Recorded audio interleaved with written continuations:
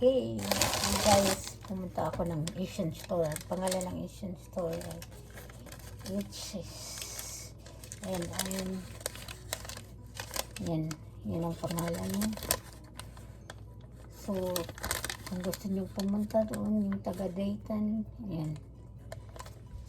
So, ang total na nabili ko is $49.20. Alright. So, ito yung mga binili ko. Fresh fish, garlic, red bot. Yan ang brand. So, kung pinakarat, spice, coconut vinegar, super pure golden bihon, saka sotanghon. So, bilhin natin ito. So, yung binili ko, ha? Pinamit ko ito. So, hamas garichi milk. $2.19 ito doon. So, yung ko kung magkano sa Pilipinas ito. Hindi ko na matandaan. Matagal na hindi na matandaan ito. Nasa Pinas ako. So, ito.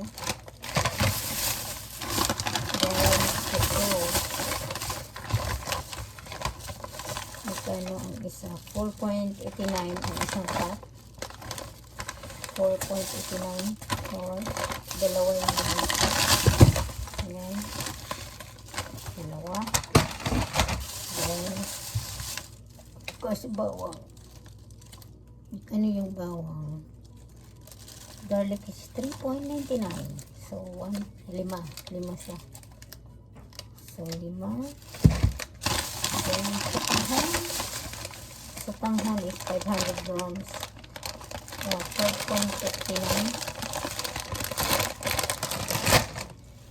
Then, ito pa. Nilagay ko sa dito. So,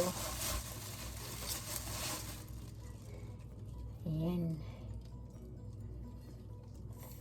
Fish sauce. Ito daw yung magandang brand. Magkano to?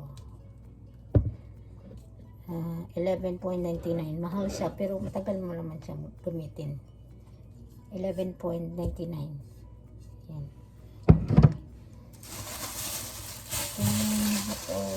Ayun. Sukang pinakurat. How much ba sukang pinakurat? $4.09. Ito. So, ito yung ano niya, inside. Yan.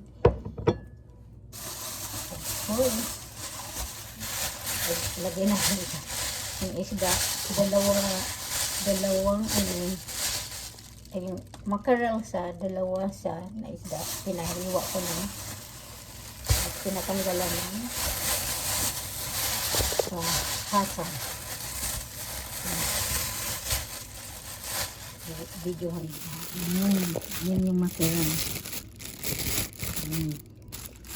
Dalawa yung ano ko.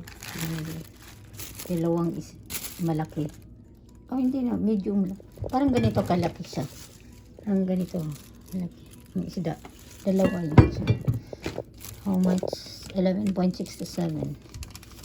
So, in total, 49.20. So, yun ang aking mga binili sa Asian store, guys. I-excited ako. Masarap to paksuno, makiro, saka masarap din siya parito, no? I-vacuum silog ko siya mamaya. Balikat tayo, ito yung mga binili ko. And that's all, guys. Thank you for watching. Bye bye.